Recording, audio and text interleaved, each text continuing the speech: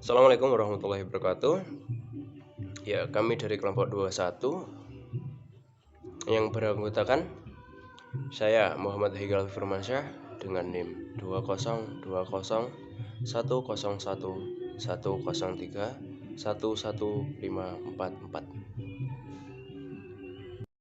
Assalamualaikum warahmatullahi wabarakatuh.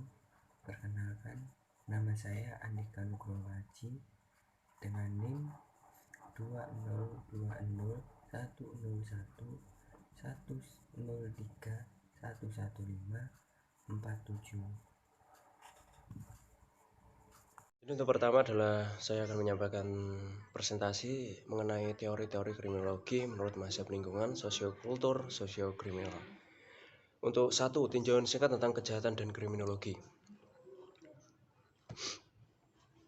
Kejahatan menurut hukum yuridis, kejahatan sebagai perbuatan yang telah ditetapkan oleh negara sebagai kejahatan dalam hukum pidananya dan diancam dengan suatu sanksi dengan mempelajari dan meneliti perbuatan-perbuatan yang oleh undang-undang dinyatakan sebagai kejahatan atau tindak pidana. Kejahatan adalah delik hukum, Rechtsdelik, yaitu perbuatan-perbuatan yang meskipun tidak ditentukan dalam undang-undang sebagai peristiwa pidana, tapi dirasakan sebagai perbuatan yang bertentangan dengan tata hukum. Setiap orang yang melakukan kejahatan akan diberi sanksi pidana yang telah diatur dalam KUHP yang dinyatakan dalam sebagai kejahatan. Yaitu masuk poin kedua, yaitu kejahatan menurut non-hukum atau kejahatan menurut sosiologis. Kejahatan dalam sosiologis meliputi segala tingkah laku manusia, walaupun tidak atau bukan ditentukan dalam undang-undang, karena pada hakikatnya warga masyarakat dapat merasakan dan menafsirkan bahwa perbuatan tersebut menyerang dan merugikan masyarakat. Kejahatan merupakan suatu perilaku manusia yang diciptakan oleh masyarakat, walaupun masyarakat memiliki berbagai macam perilaku yang berbeda-beda, akan tetapi memiliki pola yang sama. Gejala kejahatan terjadi dalam interaksi antara bagian-bagian dalam masyarakat yang mempunyai kewenangan untuk melakukan perumusan tentang kejahatan dengan kelompok-kelompok masyarakat mana yang memang melakukan kejahatan. Untuk contoh dari kejahatan, salah satu contohnya ialah penganiayaan, pemerkosaan, pembunuhan, dan masih banyak lagi. Masuk poin berikutnya, yaitu B, kriminologi. Secara etimologis, kriminologi berasal dari kata crime yang berarti kejahatan dan logos berarti ilmu atau pengetahuan. Jadi kriminologi adalah ilmu atau ilmu pengetahuan tentang kejahatan.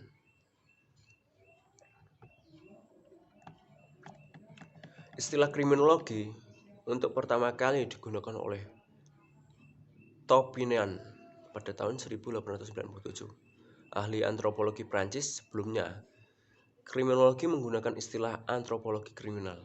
Beberapa sarjana terkemuka memberikan definisi kriminologi sebagai berikut. Untuk pendapat pertama yaitu Sutherland, kriminologi adalah seperangkat pengetahuan yang mempelajari kejahatan sebagai fenomena sosial. Pendapat kedua adalah Bonger. Bonger berpendapat bahwa kriminologi adalah ilmu pengetahuan yang bertujuan menyelidiki gejala kejahatan seluas-luasnya. Wood berpendapat juga menyatakan istilah kriminologi meliputi keseluruhan pengetahuan yang diperoleh berdasarkan teori atau pengalaman yang bertalian dengan perbuatan jahat dan para penjahat. Yaitu pendapat selanjutnya adalah Notch, menyebutkan kriminologi adalah ilmu pengetahuan tentang perbuatan jahat dan perilaku tercela yang menyangkut orang-orang yang terlibat dalam perilaku jahat dan perbuatan tercela itu. Kita masuk poin selanjutnya, yaitu ruang lingkup kriminologi menurut Bonger. Ruang lingkup kriminologi dibedakan antara kriminologi murni dan kriminologi terapan. Untuk pertama, ruang lingkup kriminologi murni, yaitu meliputi antropologi kriminal, yaitu ilmu pengetahuan tentang manusia yang jahat.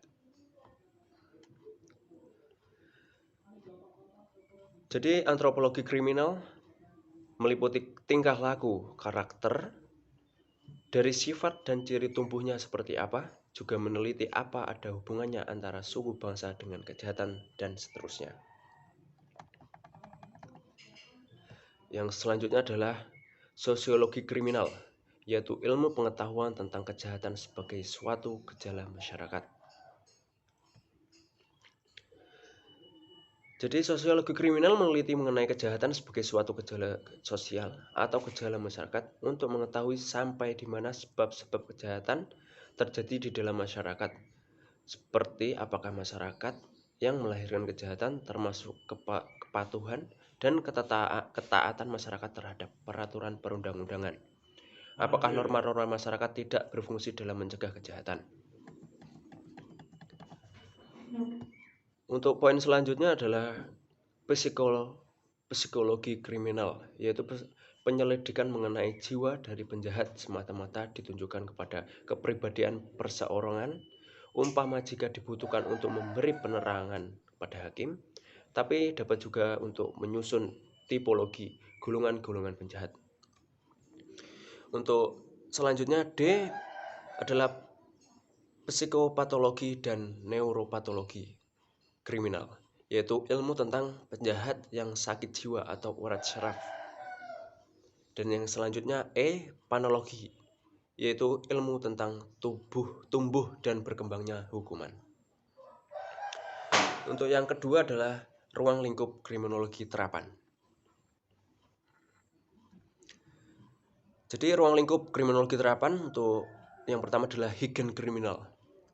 Ialah usaha yang bertujuan untuk mencegah terjadinya kejahatan.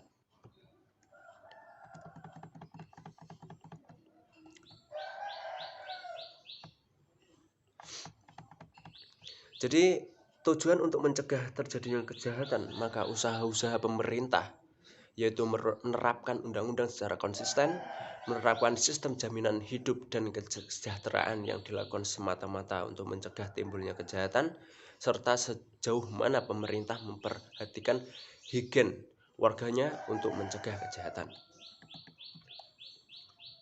Untuk selanjutnya adalah politik kriminal, ialah usaha penanggulangan kejahatan di mana suatu kejahatan telah terjadi.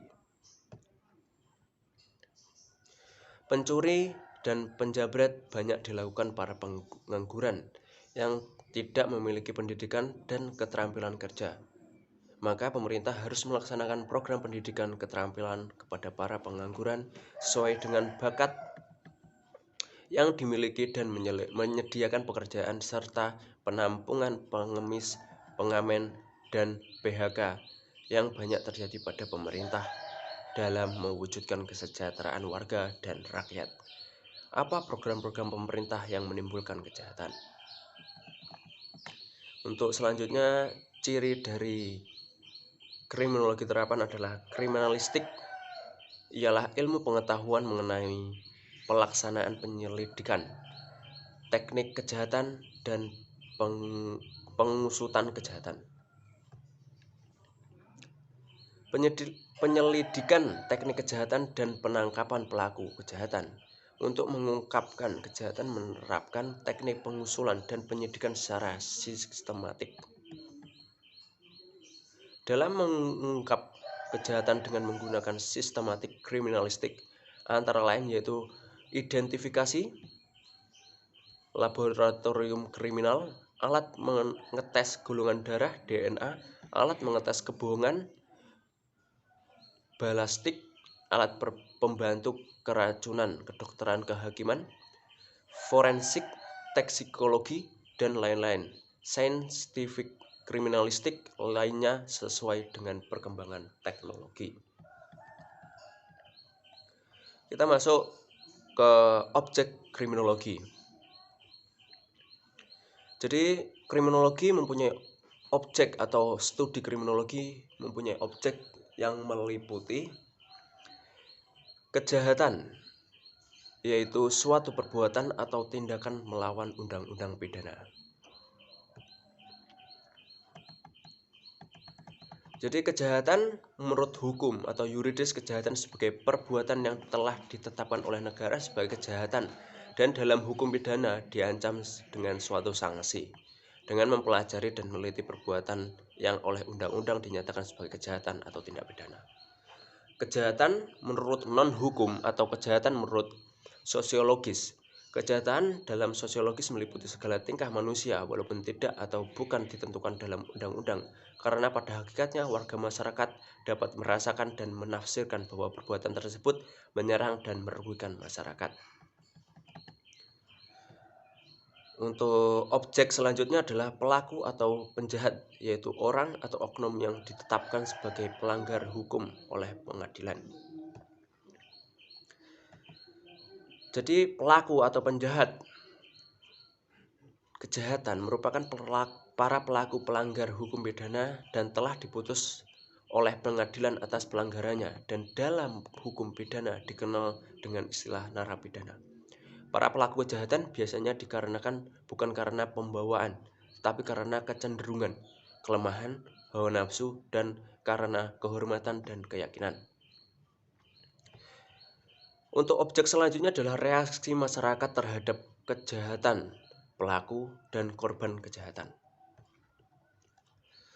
Jadi untuk pelaku dan korban juga reaksi masyarakat. Dalam hal ini mempelajari dan meneliti serta membahas pandangan serta tanggapan masyarakat terhadap perbuatan-perbuatan atau gejala yang timbul di masyarakat yang dipandang sebagai merugikan atau membahayakan masyarakat. Kedua adalah tinjauan singkat mengenai mazhab positif Italian dan mazhab lingkungan dalam memandang persoalan kejahatan. Mazhab positif Italian, teori Brown Criminal dari Kaisar Lamberto pada tahun 1835 sampai 1909 lahir dari ide yang diilhami oleh teori Darwin tentang evolusi manusia. Di sini Lamberto membantah tentang sifat free will yang dimiliki manusia. Doktrin atavisme menurutnya membuktikan adanya sifat hewani yang diturunkan oleh nenek moyang manusia. Oleh karena itu, teorinya disebut teori evolusi kejahatan. Dengan teori evolusi ini, Lamberto menyimpulkan bahwa penjahat itu dilahirkan dengan tipe tertentu. B. Tipe itu dapat dikenal dengan melalui beberapa tanda fisik, semisal tengkorak yang asimetris, dagu yang memanjang, hidung yang pesek, janggut yang jarang, dan mudah merasa sakit. Untuk C, tanda-tanda fisik itu tidak dengan sendirinya menjadi penyebab kejahatan. Akan tetapi tanda-tanda fisik ini berkembang aliran dalam kriminologi dapat dipergunakan untuk mengenal pribadi-pribadi yang cenderung melakukan kejahatan karena pribadi yang bersangkutan mengalami kemunduran ke alam liar. Untuk D, oleh karena itu alam pribadi yang demikian mereka tidak mampu untuk menghindari kejahatan kecuali bila mana keadilan atau keadaan lingkungan tidak memberi kesempatan untuk mereka berbuat jahat. E, yaitu beberapa pengikut Lamberto berpendapat bahwa ada beberapa jenis penjahat, misalnya pencuri, pembunuh, atau pelanggar seks dapat dibedakan antara yang satu dengan lainnya, yaitu dengan meneliti tanda-tanda fisik mereka. Dari tiga pernyataan tersebut dapat disimpulkan menurut Lamberto bahwa bakat jahat sudah ada sejak manusia itu dilahirkan karena mempunyai tanda-tanda fisik jahat.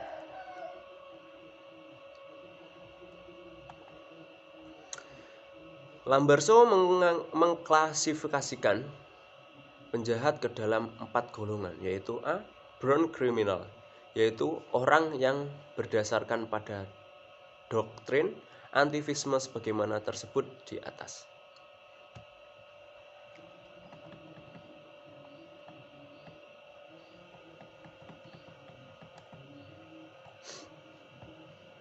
Untuk selanjutnya adalah insane criminal, yaitu orang yang menjadi penjahat sebagai hasil dari beberapa perubahan dalam otak mereka yang mengganggu kemampuan mereka untuk membedakan antara benar dan salah. Contohnya adalah kelompok idiot, imbisil atau paranoid.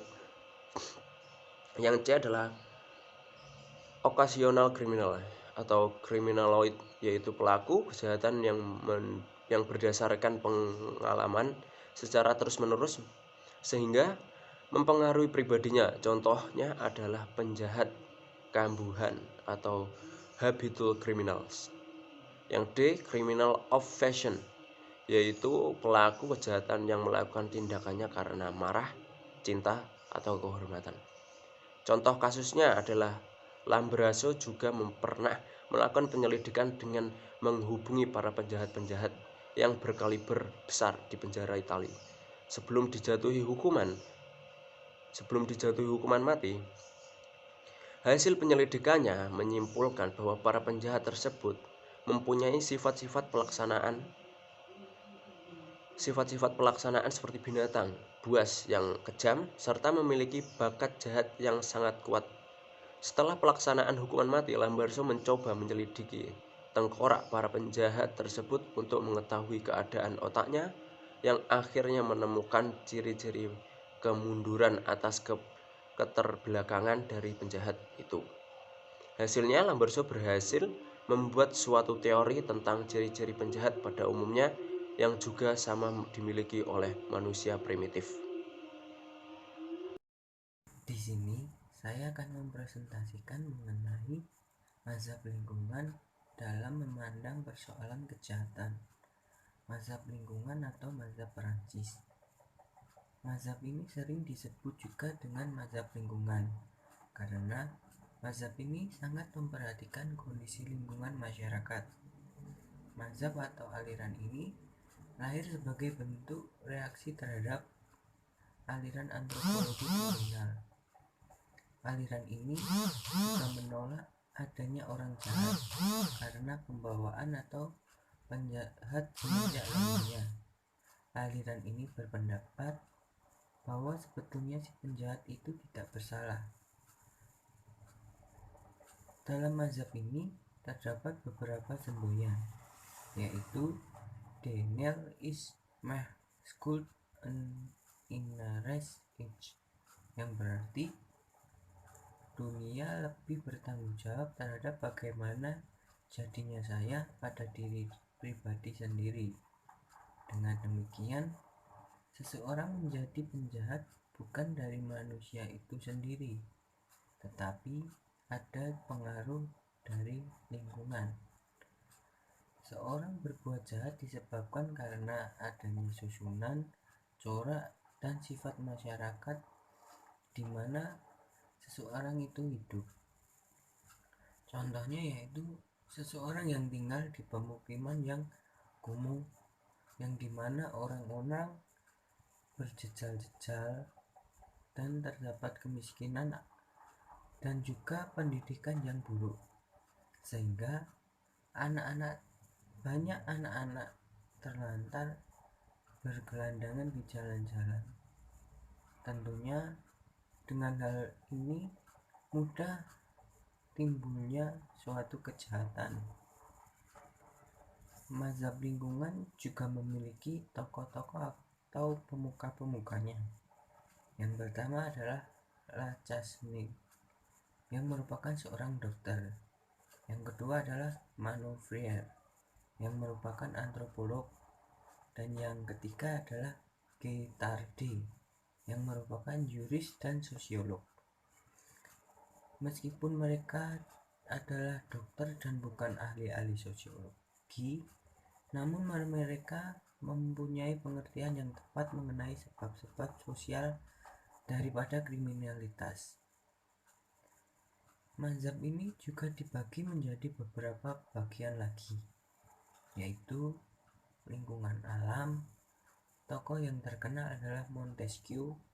Yang kedua adalah lingkungan sosial, tokohnya adalah Lachesnais, Guittardi, Edwin H. Sutherland.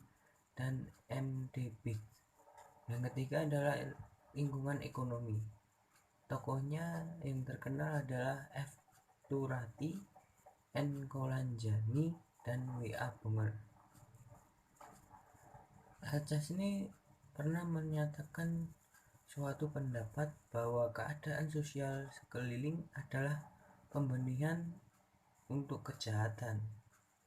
Sedangkan Tarde juga pernah menyatakan bahwa kriminalitas bukanlah gejala antropologis, melainkan karena gejala sosial.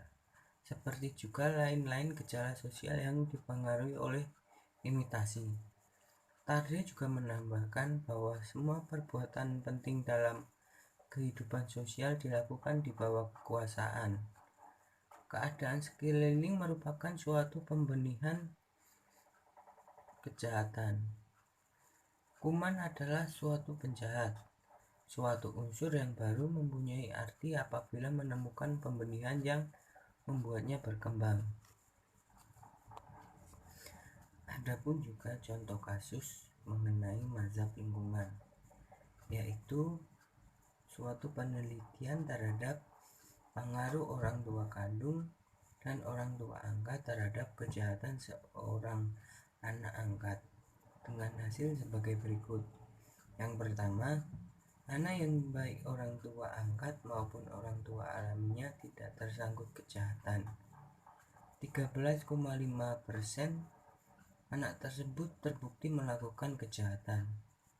Yang kedua, anak dari orang tua angkat yang melakukan kriminal, tetapi orang tua alami tidak melakukan kriminal, sebanyak 14,7% terbukti melakukan kejahatan.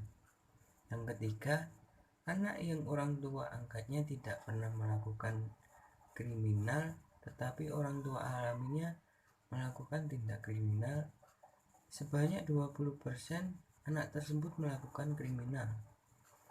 Yang keempat, anak yang orang tua angkat dan orang tua aslinya kriminal, sebanyak 24% melakukan tindak kriminal.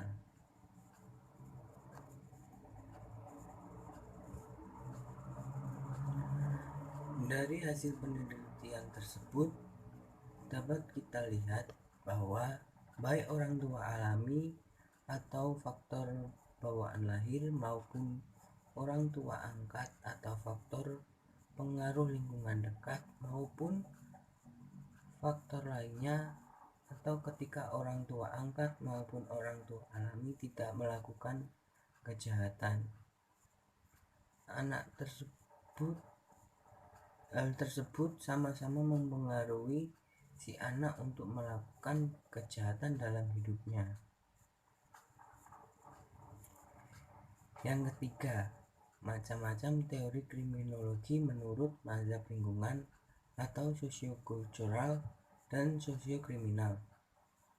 Yang pertama adalah menurut Al-Chasney, El Manovrier, dan Guittardi.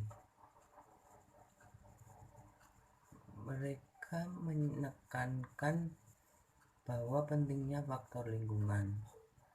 Ungkapan yang terkenal dari Al-Chasney adalah masyarakat mempunyai penjahat sesuai dengan jasanya, yang berarti bergantung dari masyarakat sendiri dalam usahanya menghadapi kejahatan yang ada, sedangkan penjahat dianggap kurang berperan.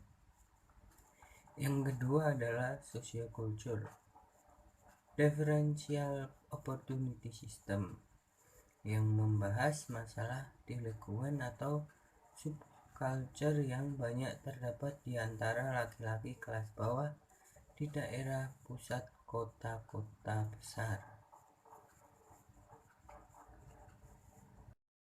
Yang kedua adalah sosiokultur. Dalam bukunya Delinquency and Opportunity, A Theory of Delinquent Gang 1960, mencoba membahas kenakalan remaja atau geng di Amerika. Dalam bukunya tersebut, Dia mengajukan teori yang bernama Differential Opportunity System yang membahas masalah delinkuan atau subkultur yang banyak terdapat di antara laki-laki kelas bawah di daerah-daerah pusat kota besar.